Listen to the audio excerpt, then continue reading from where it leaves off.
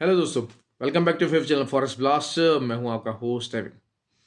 Okay जी, एक बड़ा ही tiring किस्म का दिन रहा ट्रेडिंग के पॉइंट ऑफ व्यू से। बहुत ज़्यादा मूवमेंट्स नहीं रहीं और मैंने आपको जैसे जैसे बताया था कि जैसे जैसे हम डीप डाउन दिसंबर के अंदर जाते रहेंगे, ऐसे बहुत सारे दिन हमारे पास आते रहेंगे।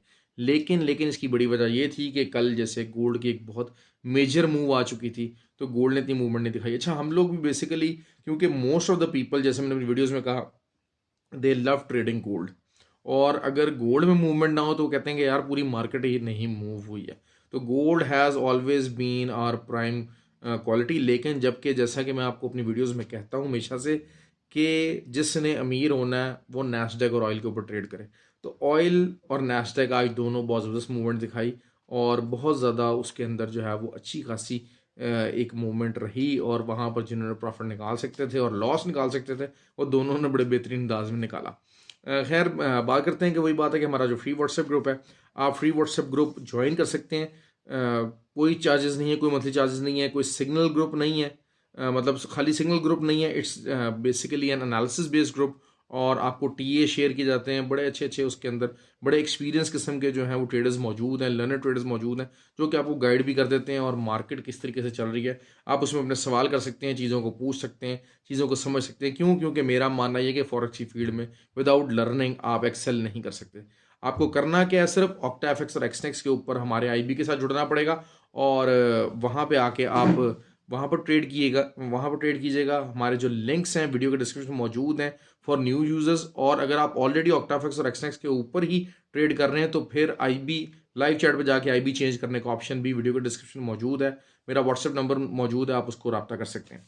अच्छा जी, बात करें सबसे पहले जी गोल्ड की। गोल्ड मैंने आपको बताया था सेलिंग में है और सेलिंग ली हुई थी और सेलिंग 11 जो है वो जो कि पिवट था आज का, वहाँ तक ही मूव हुई और उसके बाद कंसोलिडेट करती रही। लेकिन वही बात है कि ऑप्शंस हमारे पास सिर्फ और सिर्फ जो है ना उसके अंदर थोड़ा सा आप जैसे ये कह लें कि हमारे पास स्कैल्पिंग का ही था, कोई बहुत ज़्यादा प्रॉपर मूव्स नहीं आई हैं उसके अंदर। लेकिन वो यही चीज़ है कि हम लोग ओवरऑल हम सेलिंग में ही रहे।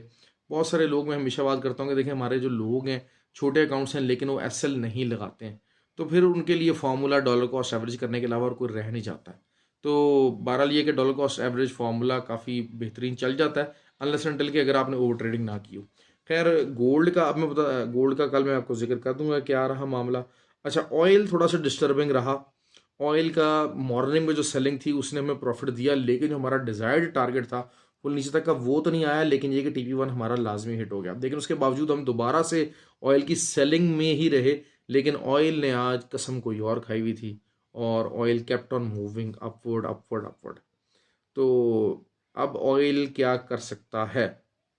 बहरहाल मैं अभी भी ऑयल की सेलिंग में हूँ। अच्छा, उसका जो रीज़न है वो रीज़न यही है कि ऑयल का, कि ऑयल फंडामेंटली और overall trend wise is in selling. ठीक हो गया। इस चीज़ को डिफेंड करने के लिए अगर मैं कहता हूँ कि जी कोविड की रिस्ट्रिक्शंस के मामलात हैं, चाइना की तरफ से भी कोविड की कंडीशंस, कोई न्यूज़ बहुत ज़्यादा अच्छी नहीं आ रही हैं, तो दिस मेक्स नो सेंस कि हाँ जी ऑयल की कोई डिमांड इंक्रीज होगी। सप्लाई क्रंच भी एज सच कोई ऐसा क्रिएट नहीं हुआ है कि जिसकी वजह से आप कह लें कि जी oil is getting very bullish. तो मेरे नज़दीक oil is just giving you a very simple opportunity. Although कि ऑयल ने एक ब्रेकआउट मार दिया, ब्रेकआउट कर दिया। ये वही लेवल्स था जहाँ से जो है वो ऑयल हमेशा जो है उठा है। लेकिन अगर वही चीज़ है कि अगर 77 से नीचे डेली क्लोजिंग आ जाती है तो फिर इसका मतलब ये है कि ये ब्रेकआउट थोड़ा सा फेक आउट बन सकता है। अभी बहरहाल ऑयल को 78.2 के करीब जो है वो चल रहा है जिससे मैं वीडियो बना रहा हूँ। तो अगर वही बात है कि 77.5 या 77.6 के पास भी अगर क्लोज करता है तो इसका मतलब ये है कि हाँ दोबारा से वो उस रेंज के अंदर आ गया है। अदरवाइज अगर जो ऊपर की तरफ हम देखते हैं जो लेवल्स है, क्योंकि बुलिश कैंडल क्लोज हुई है तो हमें ऊपर के लेवल्स देखने पड़ेंगे। ऑल दो कि मैं यहाँ से सेल की एंट्री ले चुका हूँ। क्यों? क्योंकि बात वही है कि फेक आउट वाला मामला है और कुछ बहुत ज़्यादा एडवांस और बहुत ज़्यादा डिमांड नहीं है, ऑयल की हाई डिमांड नहीं है। तो this is something which we have to watch out for. तो ये जो है वो काम क्या दिखा सकता है? 78.9 और उसके बाद 79.3, ये दो बड़ी एक मेजर रेजिस्टेंसेस हैं ऑयल की। लेकिन मैं इस तमाम सिनेरियो को कंसिडर करूंगा it's just a good selling opportunity. क्यों? क्योंकि फंडामेंटली ऑयल वीक है, it's is in a week zone. और सेकेंडली ओवरऑल डाउन ट्रेंड में मौजूद है, तो हमने ट्रेंड के अगेंस्ट ट्रेड नहीं ले रहे, विद द ट्रेंड ट्रेड ले रहे हैं। अगर होल्ड भी थोड़ी बहुत करनी पड़ जाती है, क्योंकि वही बात है कि हमारे अकाउंट बड़े हैं, मैं मैनेज कर सकता हूँ। अगर जो लोग हैं वो अगर लेना चाहते हैं, तो जो मैंने पॉइंट्स बताए हैं उसके ऊपर 10 और 20 पिप्स का एसएल दे के आप अपनी एंट्रीज ले सकते हैं। उस हिसाब से ऑयल की ट्रेड की ट्राई कर सकते हैं। तो ये हो गया बात कल ऑयल की। अच्छा, इकोनॉमिक डेटा की बात करते हैं। जीडीपी नंबर्स बहुत बहुत इम्पोर्टेंट। आज जैसे नैस्डैक है, मैंने बार बार आपको ये बात कही थी कि 10,925 से लेके 10,150 तक ये हमारा जो है ना वो नैस्डैक का बाइंग जोन है। और वही हुआ आज, वहीं से जोन से बिल्कुल जो है वो 10,975 इसका लो लगा, और वहीं से मार्केट उठी है और तकरीबन तकरीबन 260। ये बात है, देखिए मैं हमेशा बात करता हूँ, नैस्डैक जो है वो ना करते हुए भी 200-250 पिप्स की मूवमेंट बहुत आराम से जो है ना वो दे देता है। तो यही चीज़ हुई है। और अगर टेक्निकली थोड़ा सा देखा जाए, तो ऑयल की जो डेली क्लोजिंग है उसको आप थोड़ा बहुत उसको आप कह सकते हैं कि इट्स अ मॉर्निंग स्टार। अगर जो कैंडलस्टिक पैटर्न समझते हैं, तो डेली के ऊपर इस टाइम पे जो क्लोजिंग देने जा रहा है नैस्डैक, तो एक मॉर्निंग स्टार फॉर्मेशन है, तो which is a sign of bullish reversal, जो कि एक अच्छा रिवर्सल है। बहरहाल नैस्डैक अगर नीचे की तरफ आता है रीटेस्ट करने के लिए, आप दोबारा बाइंग ज़रूर लीजिए।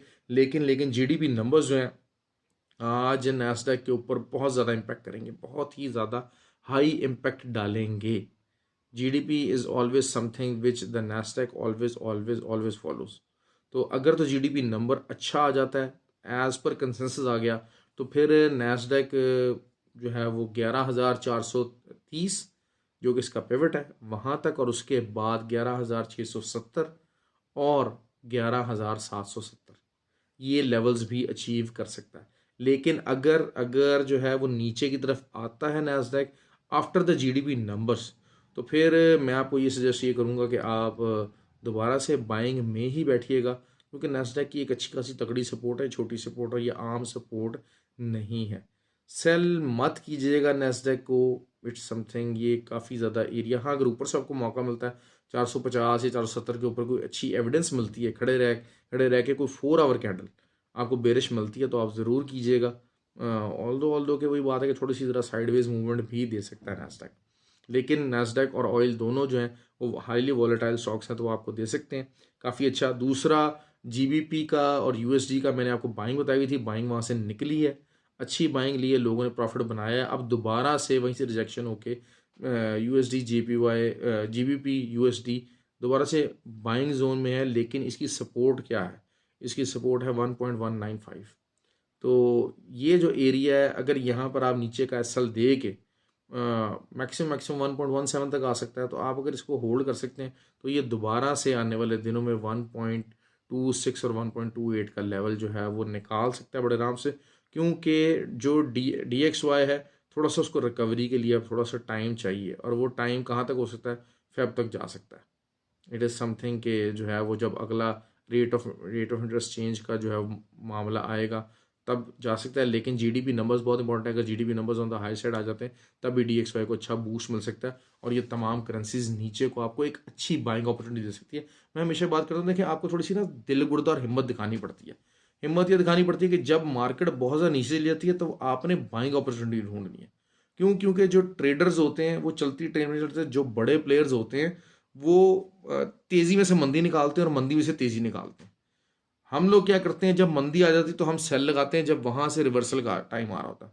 अब बहुत सारे लोग मुझे नैस्डैक के ऊपर जो है वो कहते हैं, सर ये कब रिवर्स होगा, रिवर्स होगा। मैंने कहा जी, जब आपकी हिम्मत टूट जाएगी ना, आप कहेंगे यार नहीं, अब काट ही देता हूँ, वरना तो ये अकाउंट खा जाएगा पूरा, उसी टाइम मैं बता दूं बात, वो रिवर्सल का टाइम होता है।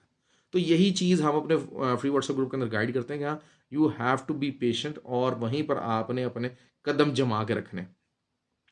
यूएसडी जेपीवाई थोड़ा सा रिट्रेस हो सकता है आफ्टर नंबर्स जो हैं वो आ सकते हैं, जीडीपी नंबर्स पॉजिटिव आ सकते हैं, क्योंकि आज भी डेटा मिक्स था। तो कोई ऐसा जो है वो, क्योंकि तेरी बात है कि यूएसडी जेपीवाई मैंने आपको जिस तरह कल बताया था कि वो जब भी देता मूव 400-500 उसकी इकट्ठी मूव देता है, दरमियान में वो ऑसिलेट करता है, कंसोलिडेट करता है, बड़े अच्छे तरीके से करता है, लेकिन बाद में अगले एक वो जो 10 मिनट की मूव होती है वो पूरे हफ्ते को कवर कर देती है। तो दिस इज़ हाउ। और USD JPY का जब आपको याद हो कि जब ये 150 और 151 के ऊपर था, तब मैंने उस टाइम ही कहा था, मैंने कहा ये ऑल टाइम हाई गया हुआ है। जब ये ऑल टाइम हाई गया तो इससे ऊपर कितना जाएगा, तो इसने नीचे आना है। और उस टाइम के ऊपर मैं ये 132 का लेवल, 32 का टारगेट आपको देता था। पिछले महीने की मेरी वीडियो उठा के देख लीजिए। तो अगर तो जो स्विंग ट्रेडर्स है उन्होंने इसको होल्ड किया हुआ है, वो मज़ीद होल्ड कर सकते हैं। और इसको जो है वो 126 तक आता भी देख सकते हैं। ऐसी बात नहीं, 126 तो नहीं, 127 तक तो लाजमी इसको आने वाले दिनों में आता देख सकते हैं। लेकिन इट मे टेक टाइम, और आपको शायद ऊपर से दोबारा से कोई थोड़ी बहुत एंट्रीज ऐड करने का मौका भी दे सकता है ये। दूसरा, आज जो है वो क्रॉस पेयर ज़्यादातर मैं करता नहीं। मुझे कहते हैं कि जी आप क्रॉस पेस क्या करें, लेकिन वही बात है, इतना वर्कलोड हो जाता है कि इट्स वेरी डिफिकल्ट कि क्रॉस पेस किया जाए। अच्छा, गोल्ड की सॉरी ट्रेड तो मैंने बताई नहीं आप लोगों को। गोल्ड का ये है कि गोल्ड का जो इमीडिएट रेजिस्टेंस है वो 1828 है, और उसके ऊपर 1834 है। अब वो एरियाज एक्सपोज हो चुके हैं, मैं बताता चलूँ आपको। थोड़े से वो एरियाज एक्सपोज्ड ज़रूर हैं, लेकिन सेलिंग में रहिए। मैं ये बात कर रहा हूँ कि फंडामेंटली अगर मैं चीज़ों को देखता हूँ तो स्टैगफ्लेशन का टाइम थोड़ा सा है, जबकि ये वो टाइम होता है कि जब रिसेशन अभी दूर है, इन्फ्लेशन अभी भी ऑन द हाई टर्म्स है, ठीक हो गया, लेकिन डाटा जो है, इकोनॉमिक डाटा है, वो ख़राब आना शुरू हो गया। तो this is the time where the people tend to go for the gold, कि हाँ यार हम गोल्ड ले लें, हम अपनी कोई इन्वेस्टमेंट को सिक्योर करें, सारा कुछ करें। The moment the recession will start taking place और टेकिंग टोल, तो रिसेशन में अक्सर जो है ना वो मामला DXY के हक में जाते हैं, ये मैं आपको बताता चलूँ। तो उसकी वजह से फिर थोड़ा बहुत जो है ना वो काफ़ी इसके ऊपर आ सकता है इम्पैक्ट। लेकिन वही चीज़ है कि आया gold is that much bullish के दोबारा से 1880 का एरिया या 1850 का एरिया कवर क्रॉस कर जाए, तो टेक्निकली तो मुश्किल लग रहा है। वैसे भी आज अगर 1 आवर के ऊपर देखते हैं तो एक डॉजी फॉर्म हुई है, और लेट्स सी कि कल क्या प्ले करती है। कल ये एक इंडिसियन कैंडल है, इंडिसियन कैंडल और बनी हुई टॉप के ऊपर और डबल टॉप फॉर्मेशन, इसका प्ले आउट हो रहा है। तो मेरे हिसाब से यहाँ से सेलिंग एक अच्छी आनी चाहिए। टेक्निकल टर्म्स के ऊपर देखते हैं तो डबल टॉप फॉर्मेशन के साथ और डोजी बनी हुई है, तो उसको फॉलो अप कैंडल मिलनी चाहिए। तो और अगर ये फॉलो अप कैंडल मिल जाती है तो हो सकता है कि जो है वो हम लोग दोबारा से एक गोल्ड के ऊपर एक इवनिंग स्टार फॉर्मेशन का जिक्र हम कल कर रहे हो इस टाइम पे वीडियो पे।